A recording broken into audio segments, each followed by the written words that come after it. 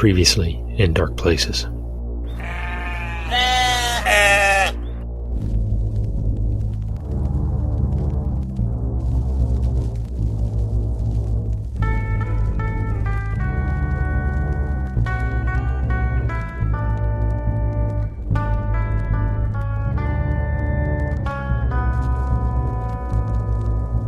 Thanks for joining us. We really appreciate you tuning in every week and sharing the show with your friends and helping the show grow. We appreciate your support. We got a good show planned for you here today. We got Mr. Joe Adkins stopping by. He's going to tell some of his life experiences.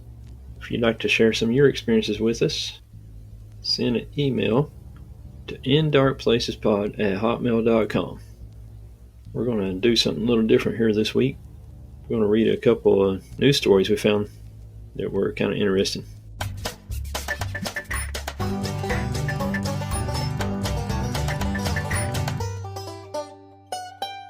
NASA are set to launch a Black Brant XII, whatever that is, sounding rocket from their Wallops Flight Facility in Virginia this Friday at 7:58 p.m. This is a last-minute addition before I upload the episode.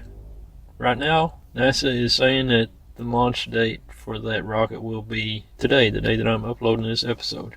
You may want to check with NASA's website to see if there's been any other cancellations.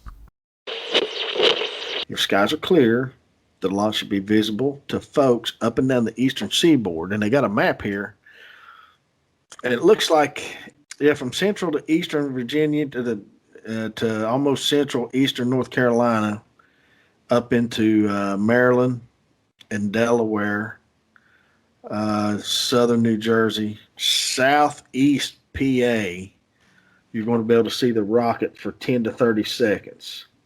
All of the northeast states, Vermont, Massachusetts, Connecticut, Maine, New York, Pennsylvania, West Virginia, Western Virginia, Eastern Kentucky, Southern Ohio, Eastern Ohio, Northeast South Carolina is going to get to see it for about 30 to 60 seconds. And then looks like Southwest South Carolina, all of Georgia, Western North Carolina, Central Tennessee, Central Kentucky, Western Ohio, and all of Indiana is going to get to see it for 60 to 90 seconds. So if you get a chance to check that out, look towards the east. It says the mission is called Kinet X.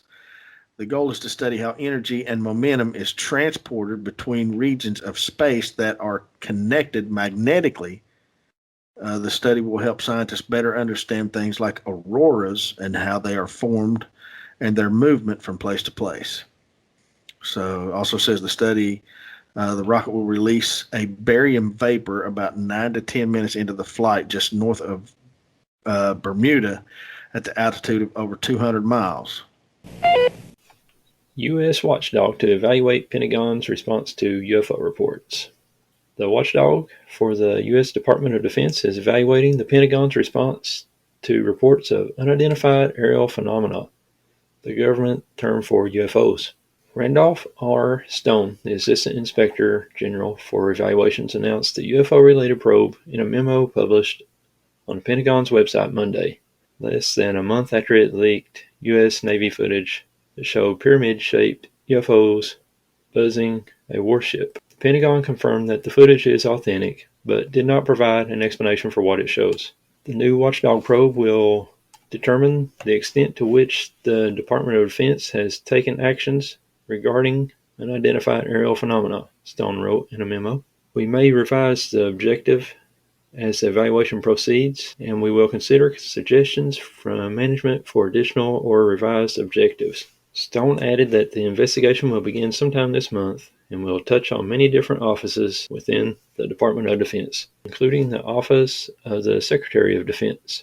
It's unclear when the probe will conclude or when the results will be made public. The Department of Defense Office of the Inspector General is an independent, objective watchdog that seeks to ensure ethical conduct and effectiveness in the department. It also monitors the Department of Defense for fraud, waste, and abuse, according to its mission statement. Although scant on details, the announcement is the latest in a steady drip of UAP-related material from the U.S. military in recent years. Leaked videos and declassified documents have been spilling out into the public view on a regular basis since approximately 2017, when a bombshell New York Times report revealed that the government had secretly been investigating UFO reports for years. UFOs have been a taboo subject for decades, but U.S. military officials have taken a more open attitude toward the unexplained incidents in recent years. They confirmed some UFO videos, declassified others, and generally encouraged military members to report any encounter due to the potential risk it poses. This is all about the frequent incursions into our training ranges by UAPs. Joe Gradisher, spokesperson for the Deputy Chief of Naval Operations for Information Warfare, told CNN in 2019. These incursions present a safety hazard to the safe flight of our aviators and security for our operations. The Canadian military has also been logging UFO sightings by airline pilots. According to a report in Vice News, many of those sightings have been logged in Transport Canada's Civil Aviation Daily Occurrence Reporting System, though Canadian officials have not been as open about the topic as their American counterparts. Pentagon officially started paying more attention to UFOs last August when it announced a UAP task force to detect, analyze, and catalog UAPs that could potentially pose a threat to U.S. national security. These developments have added fuel to speculation that UFOs might be alien visitors. However, these phenomena remain unidentified, and it's possible that a terrestrial actor, such as China or Russia, could be responsible for such sightings. The Office of the Director of National Intelligence is scheduled to deliver a trove of unclassified reports about UAPs to Congress next month as a part of a mandate included in the U.S. government's COVID-19 relief bill. You don't hear much from NASA anymore. No, hopefully I can remember to look towards the east here. Pretty cool stuff. Yeah, I love watching stuff like that. I'd love to see the Starlink satellites. Have you ever got to see those? I've never seen anything like it ever. And I'm always looking up to see things. Now, I see things that are way up there sometimes to me look like planes, but I guess it might possibly be satellites. But yeah, I've never actually seen anything like it. That'd be pretty cool. My boss saw them about a year ago, and he didn't know what was happening. He thought we were getting invaded. He was out in his hot tub one night, and they all flew over. It's like, yeah, I figure somebody that's not into this stuff at all gets to see it. See it, yeah. Well, and I mean, like you said, it's so clouded up right now. Our weather's been horrible about the past 3 or 4 days. I think I could just about fish in my front yard. I got an email right before we started recording from our buddy Stan Gordon. He said that the Kecksburg Festival has been canceled again this year. We was just talking about that, how they were having that festival too. Yeah, it don't really surprise me though. We might as well just go ahead and cancel life at this point. It's too dangerous. Well, if you got a vaccination card, then you can go on, I guess, even though it actually doesn't help you with anything.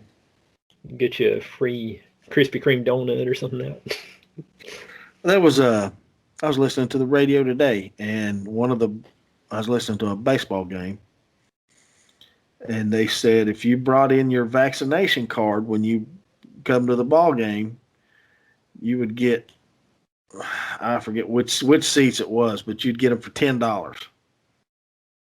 And I was just thinking, good Lord, they're doing everything they can to get people to take this silly shot. I got a email on the Mamie Thurman story that one of our listeners sent. He had an experience there on 22 Mine Road. Mamie Thurman is kind of well known around these parts, her story. And I was getting ready to say, break that down, because here's what I know about Mamie Thurman. I mean, tell me if I'm right or wrong, because I don't know much about it, other than it was down in your neck. It was down around Williamson, Logan area, somewhere down that way.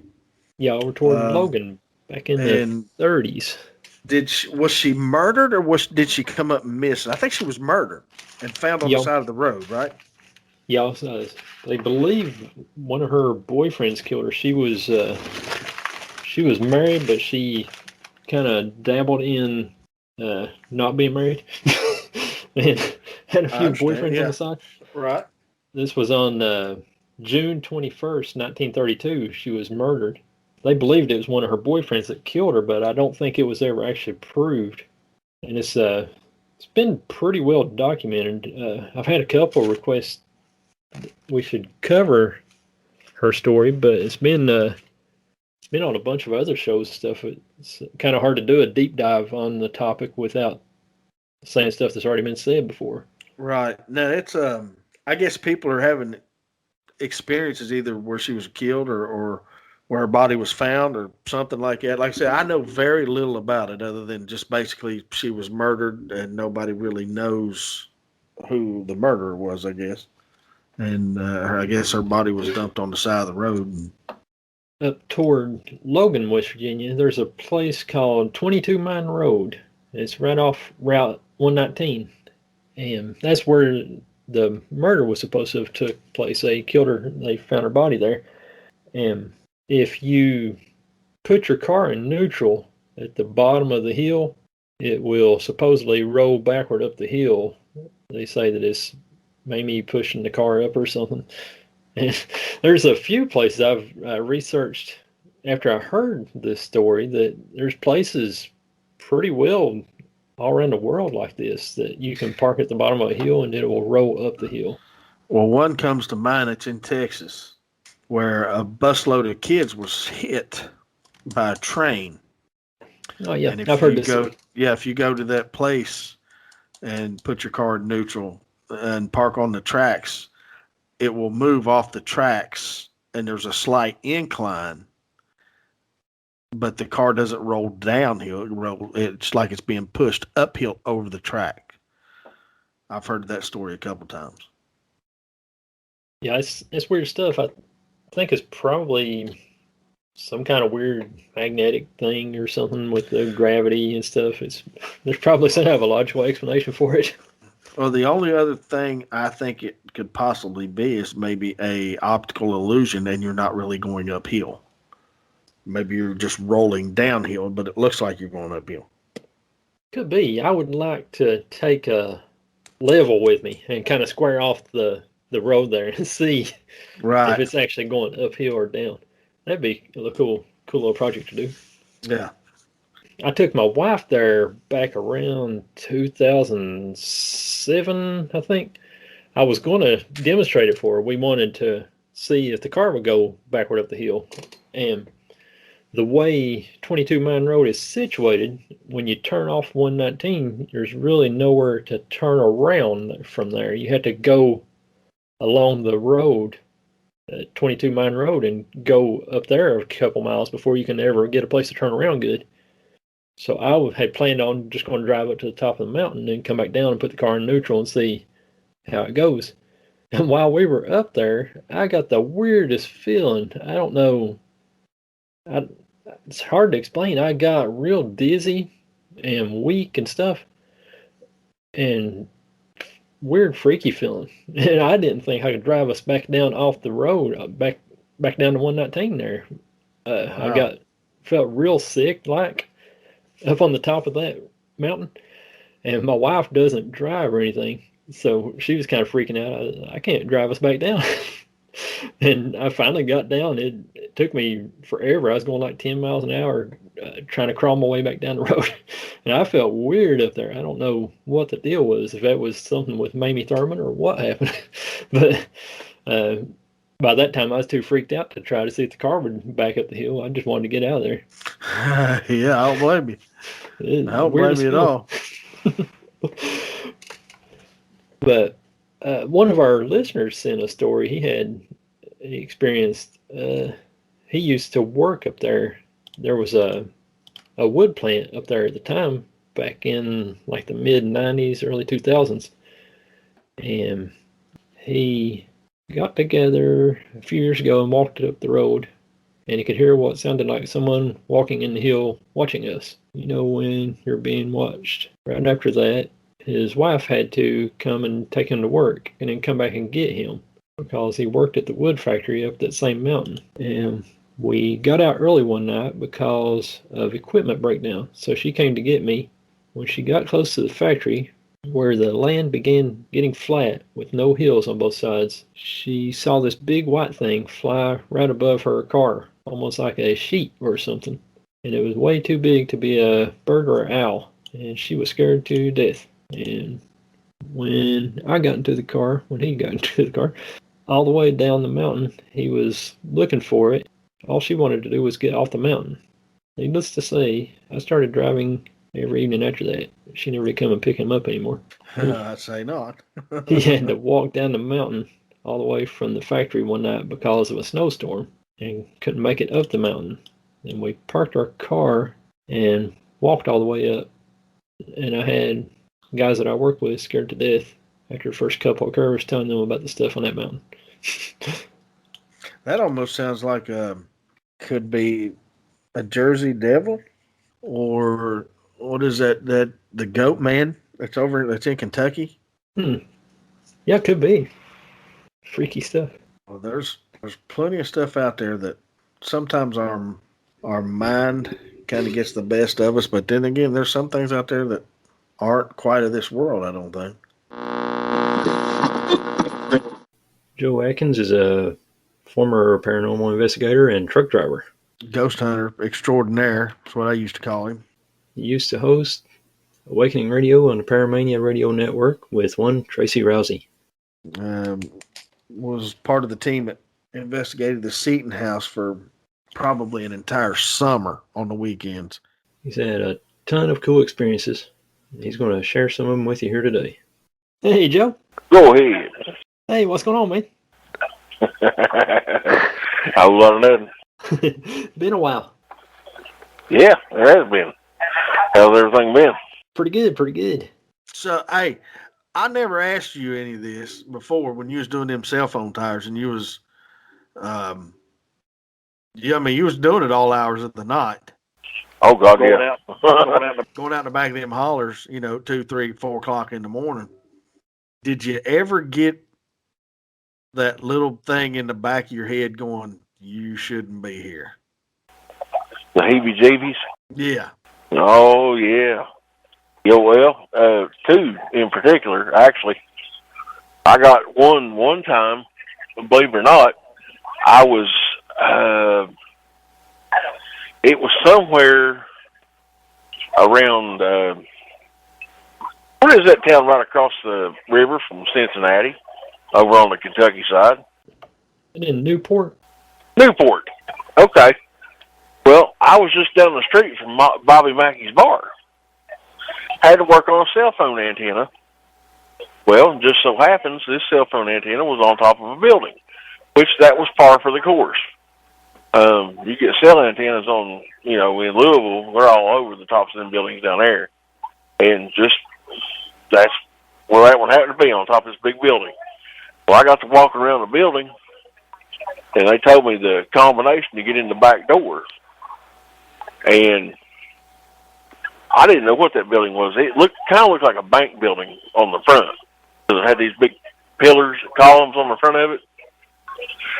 And when I went in the back door, walked in there, and I had directions on where to go once I got in the building, because there wasn't a soul there. Got in it, and it was a 32nd degree Scottish Rite Masonic temple. Oh, wow. Once I got in there and realized what it was, I was like, wow. So, just for people who don't know, what is the significance of that? All right, so in the Masons, if you go in just a regular lodge, your local lodge, they call that the Blue Lodge. That's where you start. You go through your first 3 degrees, your apprentice, your fellowcraft, and your master mason degree. Once you get to that 3rd degree in the Blue Lodge, you've got a decision to make. You can either go Scottish Rite, you can go York Rite, or you can just stay where you're at. Now, once you go through either Scottish Rite or York Rite, it doesn't matter, either one, Then you have the opportunity to go into the Shriners. And that's, Shriners Hospital and all that stuff. But, yeah, if you can make it to the 32nd degree Scottish Rite, you've done something. That's a milestone. That's a lot of work right there. Yep, so that's a big deal. And then there's rumors of a 33rd degree, but I don't know what that is. That's up there where isn't that supposed to be like where Walt Disney and all the Rothschilds and all that's at? Yeah, that's way up there. I think that's called the Illuminati. I don't know. Yeah, that's what I started to say. The 33rd, that's where you pretty much sell your soul and kiss it goodbye and everything there, ain't it? I think so, yeah. I'm too far down on the totem pole on that deal to know any of that. The funny thing about the Masons is, here's the funny thing about the Masons. You hear about them every great now and then. It's not as prevalent as it used to be. Anywhere from the 1930s up through actually the 1980s, it was a big deal. If you were invited to be a Mason, it was a big deal. And really just hearsay, word of mouth is all you really ever heard about them. And but yeah, it was supposed to be a big deal to get into. But you don't hear much about them anymore. Membership's down real low, and so yeah, it's slowing down. Yeah, I figured with you being out on them calls late at night, going out in the middle of nowhere. When I say nowhere, I mean nowhere. Nowhere. Yeah. No, unfortunately, and I actually looked. Being out in the middle of the night up on top of these big mountains, I actually looked. I'd look up, but I never seen anything that was out of the ordinary though. But I ended up at the Masonic Temple. That was you shouldn't be in this building. But I explored anyway, which that was real cool. That was a good chunk of history to learn right there. And then when I was leaving, I didn't know at the time that Bobby Mackey's bar was on that same road to get on to come home. And I drove by it, and I said, "Well, that's Bobby Mackey's bar," and everybody knows, the stories about that place. No, yeah. No, I turned around, and went back. I was wanting to go explore. Anyway, got to go to Bobby Mackey's bar, but I didn't see anything, so that's about the extent of it. Now, me and you, or you and I, to be proper English, I guess, have done some some hunting and ghost hunting and things. And I'd have to say that the biggest thing that we ever done, I guess, would be over to Seton House in Ashland. Yeah. And had I've seen a few things over there, and I'm going to tell you my little stint, and you can go with it. You would see a shadow here and there, or, it would get cold and things like that, like, normal stuff.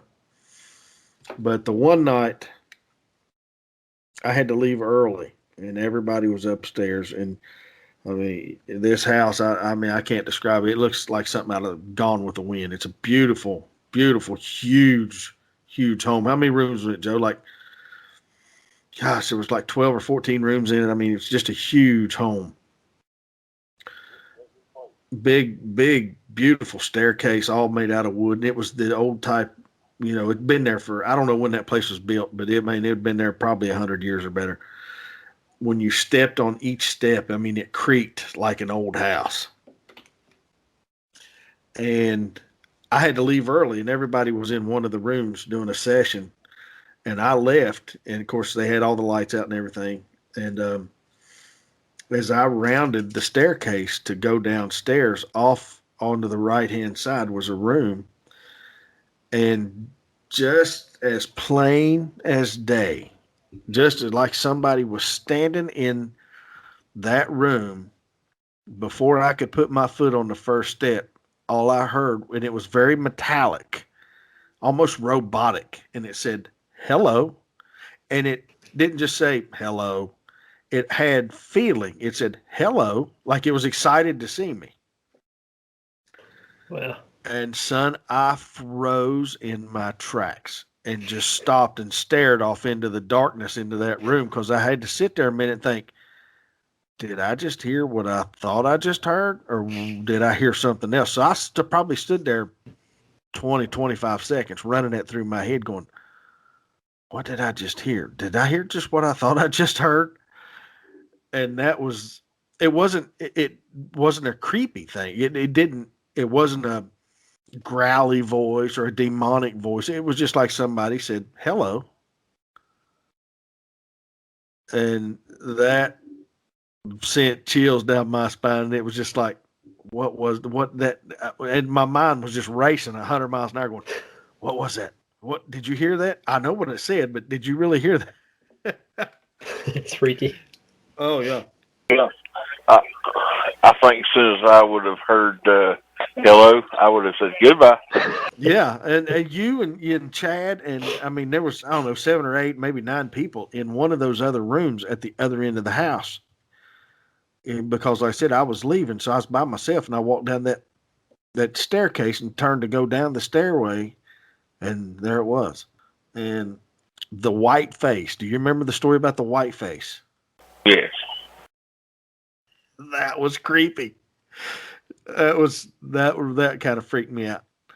We were in the basement, and remember they had table and chair set up in the basement, and it was me and I think Chad and a couple other people, and we were just sitting at this table, and we had all the lights out, and it was just dark, and we were just sitting around this table, and we were just talking about nothing particular. And all of a sudden, out of the left corner of my eye, I seen this. It was just white, about the size of a human face. And it, out of the corner of my eye, it come all the way up, I mean, of my face, and then backed off. Well, I never moved. I was just kind of, because I knew if I turned and physically turned my head and looked at it, it probably wasn't going to be there. So this thing did that 2 or 3 more times. And I just kept saying, I didn't say it out loud, but I said it to my face, like, you're not running me off. I'm not turning to look at you. And about that time, it come in front of my face and was like almost nose to nose with me. Oh, no. Oh, yeah. And that's when I stood up and turned my flashlight on. I told them, I said, nope, I've had enough. Nope, we're done. I'm going upstairs. I do believe in spooks. I do. Yeah. I mean, I said, that's enough. I've had it, because I was showing no fear to this thing, but it wasn't showing any fear to me either. And I was like, okay, touche, my friend. We'll call this a draw. Yeah, I think I went upstairs and got a bowl of chili. Yeah, that was the thing. I mean, we was at this house almost every weekend for probably almost an entire summer, off and on. And they was like a big festival. I mean, they'd make chili or hot dogs or something, and there'd be 10 or 12 or 14 of us in there, and we just split up, and everybody would just kind of go their separate ways. And yeah, it was pretty cool. It was really fun. Sadly, nobody can get into that house now, right? I mean, they sell it, or I know that it was in the historical part of Ashland, and the Ritchie historical part of Ashland is uppity, and they didn't want our clientele in there. So, as far as I know, as of about 6 or 8 months ago, it had not sold yet. The doctor still owned it. Okay. But nobody could get in it, though. So There's a guy that I work with. He lives over in South Williamson, and he was telling me about his haunted house one time. And me and Chad had talked about going to go investigate it. And the guy's wife got sick, had cancer. She ended up dying. Right around the time that we had been planning on going, he was telling me he works on computers and stuff on the side. So I went there to go pick up my computer one day, and he was asking me if I felt anything weird in the house or anything. I was like, no, man, it feels fine. He said, yeah, this place is haunted. We can get all kinds of crazy stuff in here. And I was like, oh, yeah, what do you have? And he said, kitchen, in the kitchen, the chairs and stuff would stack up on top of the table and stuff. They would walk in the morning, see all the kitchen chairs stacked up on top of the table, doors slamming, just all kinds of stuff, cabinet doors flying open. For sale. And man, this would be a cool place to check out, but we never did get around to it. Yeah, I believe that one would go for sale. For sale. Like a year-round haunted house for people to come, pay admission to. That'd be cool. Get a little money. Do like they were doing at the Seton House and almost trying to make it like a bed and breakfast type thing. You get to ghost hunt and spend the night and everything. That ghost hunt would have went good, like we had it, but that was a political thing by the city. Somebody on the city council up there had something against the guy that owned the house, and it was just a whole political thing. Yeah, he couldn't get any license to. He wanted to make it where you could go in and eat dinner and things and serve wine. It wasn't like he was, going to make a bar out of it. He just wanted to serve wine, and they wouldn't give him his liquor license. And then they had to have a food service license because they were going to serve food. And it turned into a big fiasco. But yeah, it wouldn't work, didn't it? So anyway, whoever buys it, I hope they do something good with it because that's a good looking house. Oh, it's beautiful. It's a beautiful home. I've had a bunch of junk happen pretty much throughout my life. My dad lives in a haunted house, so we hear stuff all the time down there knocking on the windows and stuff. We heard one a couple weeks ago. I was back in my old bedroom on the computer messing around, and my dad and Brandon, they were out in the living room watching TV, and something knocked on the living room window, and that window stands about 10, 12 feet off the ground, and something knocked on it. And I heard it back in my room. My dad heard it, but Brandon, I guess he was too involved in his cartoons, he didn't hear it. But me and my dad heard it, just 4 loud knocks. My dad came there a few minutes later. Did you hear somebody knocking? I said, yeah, I heard it. Nope, didn't hear a thing. Nope, I'm not that guy. I didn't hear a thing. When he first bought that. Yeah. He first bought that place. I saw kind of reminded me of like a Colonel Sanders type ghost standing in my sister's bedroom.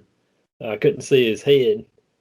I saw like a white suit standing there in the bedroom as I was going into the bathroom. It was in between my bedroom and hers. And it disappeared about the time I looked at it. I saw it like kind of fade away. I never did see its face. I don't know if it just didn't have a head or what. But that was freaky too. Wow. What was that cool place stuff up there, Joe? It was in Grayson. It was on one of those TV shows. Oh, that's the McDavid house. Yeah. We went up there and investigated that, and didn't see anything or hear anything prevalent. We went up there a couple times, but I think that one was that particular call. How could I put this? That was a homeowner deal right there. Induced. If you know what I'm saying. That was homeowner induced. I did get a weird vibe in there. Well, yeah, but I think it was just because the vibe that lady was putting off that owned it. I say, do you think it might have been, say, Wiccan induced? I think so. Yeah, because I got a weird vibe. And Chad told us that his previous investigation there that they were in the room and it sounded like every dish in the cabinet fell out onto the floor, but when they walked in there was nothing. Right. So, I don't know. But yeah, I did get a weird vibe in there. That was kind of weird. We had a house fire here in 2009. Our house burned down, and we ended up getting a double wide and put it back on our land. And as far as I know of, the double wide was new. They said it was at the lot, but I think it had been repossessed or something along the way, and they brought it back to the lot, and we bought it secondhand. I'm pretty sure, because when I was setting up the plumbing and stuff after they had first moved the trailer here, I would come in at night after I got off work and be in the bathroom fixing the pipes and stuff. And when I would come out, all the cabinet doors in the kitchen would be open. And one night, the back door slammed. I was in there in the bathroom working, and the back door slammed like somebody had came in. And one night there was the awfulest sound ever in the kitchen, like somebody just jumped straight up in the air and landed down dead weight in the center of the floor, like boom. And I was underneath the sink working and kind of turned around and looked and hurried and got out of there and went back to my dad's house. Well, yeah, I imagine. I kind of wonder though. I wonder if that wasn't a ghost created at the factory. It was like Pablo got mashed by a kitchen door or something. And it left Pablo's ghost in the trailer, at the Clayton factory. He's attached to the trailer. No matter where it goes, he's always stuck there now. Yeah, and the thing of it is, you can never have taco night at home. I just had a thought about something. What was that big antenna array that the DOD had up in Alaska that was supposed to change the weather? Yeah, HARP. Yeah, well, get this. It is no longer in mothball. It is being used. Oh, they never really stopped it from being used. No, but they told people they did. Well, they're messing with it again. Yeah, they never shut that down. I don't believe for 1 second that they ever shut that down. Yeah. It's like the SR-71 Blackbird. They retired it. Wink, wink, nod, nod. Wink, wink. Yeah, exactly. You know just as well as I do that they are not going to retire the world's fastest airplanes.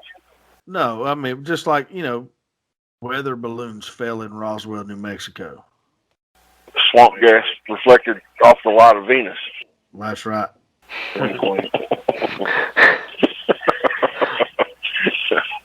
Area 51 really doesn't exist. Well, it's there. Well, yeah, you could look on Google Map and find it. It's there. And Tracy didn't get probed by a UFO going across I-10 one morning. That's that one. I don't ever bring that one up, and I'll tell you why. Because it was far enough that I don't know what I saw. I just know what I saw wasn't what I'd ever seen before. Now, the other one that happened across I-40, there's no doubt about what that was. I mean, it was 500 feet above me. But the one down on I-10, I don't know. I don't know exactly what it was, but I do know I couldn't wake you up long enough to even take a look at it. Hey, I sleep. That's off the clock, pal. I kept hollering at him. He was in the back, and I was just screaming, Joe, come and tell me what this is I'm seeing over here. Nothing. All I heard was I slamming on brakes, trying to bounce his head off of something and everything. I was, Joe! Nothing. I mean, it was crickets, son.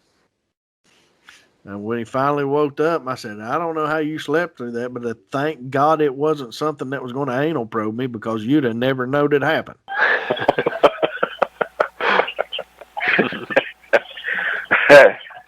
You remember, and we've talked about this a few times, it was like the movie From Dusk Till Dawn. Yes. Road Forks, New Mexico. Road Forks, New Mexico. That's right. Man, that place gave me the creeps. It was a lonely truck stop in the middle of the desert now, mind you. in the middle of nowhere. There was nothing anywhere close to it for 30 miles. No, you got off the exit. That was the only thing there. It was an old Conoco truck stop. And the parking lot was just a dirt parking lot. Dirt lot, yeah. Dirt lot, yeah. So we parked the big truck. The building? The building was like stucco and terracotta. It had terracotta shingles, and it was stucco. I mean, it looked Spanish. You know, it had the rounded archways, yeah. And then it had that wrought iron gate. Yep. And that thing squeaked when you opened it up. So we got out of the truck and we're walking across the parking lot, and then the movie From Dusk Till Dawn, you know, the Tarantino movie. Yeah. And it just popped in my mind. We're in the front parking lot of that whorehouse in Mexico. That's what it looked like. It really did. And no joke, yeah, that big wrought iron gate, it squeaked real bad. And then the worst of it all was the waitress in the diner. I don't think she was human. She scared me. I thought she was a demon. She couldn't have been human. Her voice, I mean, it did. It sounded like a demon. It sounded like Mark Shot. Yeah. Like she had smoked 4 packs a day for 40 years.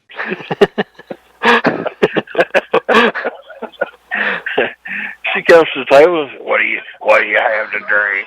You know, it sounded like Sling Blade. You don't remember Sling Blade? Yeah, that's true. That's what she sounded like. Yeah, I said, I'll take, I don't know, I'll just take Coke or Pepsi. We don't serve pop here. Coffee, milk, tea. Water, or tea. Coffee, tea, water, or milk. That's what she said. Oh. I just looked at Joe and I said, I want to go home.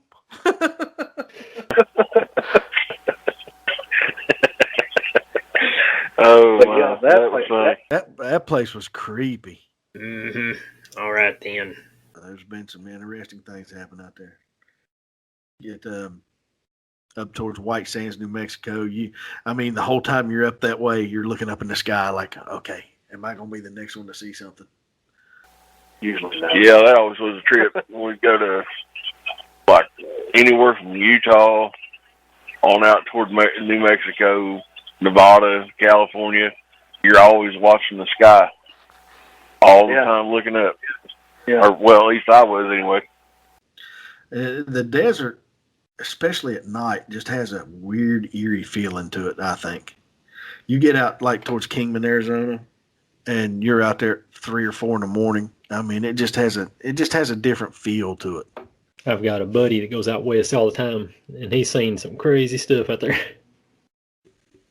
He's seen all kinds of UFOs and junk. He saw a skinwalker at one time. It's a freaky story. We got to get him on. Yeah, that would be cool. We never really seen a whole lot. I seen that one UFO in New Mexico, in Albuquerque. But the other one he was talking about was also in New Mexico, but it was down south on I-10, and it was about 300 feet up, but it was probably a half a mile away from me, maybe even farther, 3/4 of a mile. And it was silver, shiny silver, cylindrical, cigar shaped. But it never moved. I watched it until I went out of sight. It never moved. But it was far enough away that I couldn't really tell what it was. It didn't freak me out like the triangle that went over top of me. I got to see, do you remember there several years ago when the big thing was out about the big black triangle? Oh, yeah. Yeah.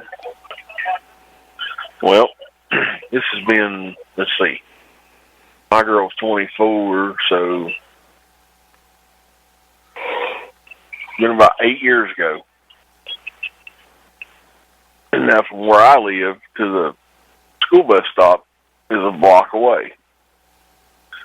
So she took out of here one morning going to school, and she was gone, I don't know, she was gone several minutes.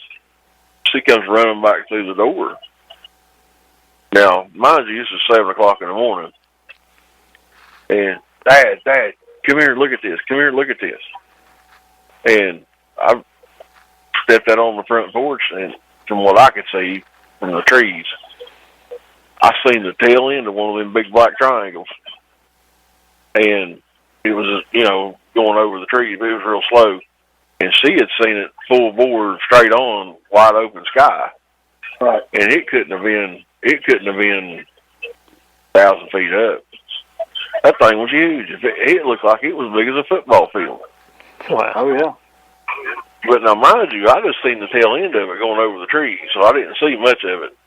Right. But it was going real super slow. I mean, it was slow. And never made a noise. Not a sound. And like I said, it was huge. And she, of course, my girl, like I said, she was 16 then. What in the world is that? I ain't got a clue what that is. These are not the droids you're looking for. Go to school. That's right. You didn't see anything. Go to school. Make straight A's. My wife saw one of them triangles one time. She lived outside of Dayton, and she lived in a little trailer park. Her and her brother were there alone one day, and she looked at the back door for some reason and saw a big old triangle like right on top of the trailer.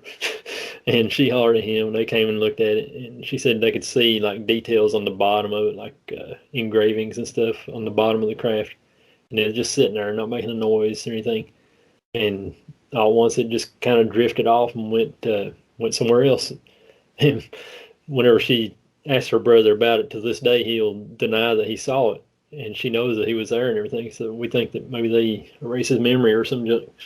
Oh, wow. Well, then, it's been up there close to Dayton. That's right, Patterson Air Force Base right there.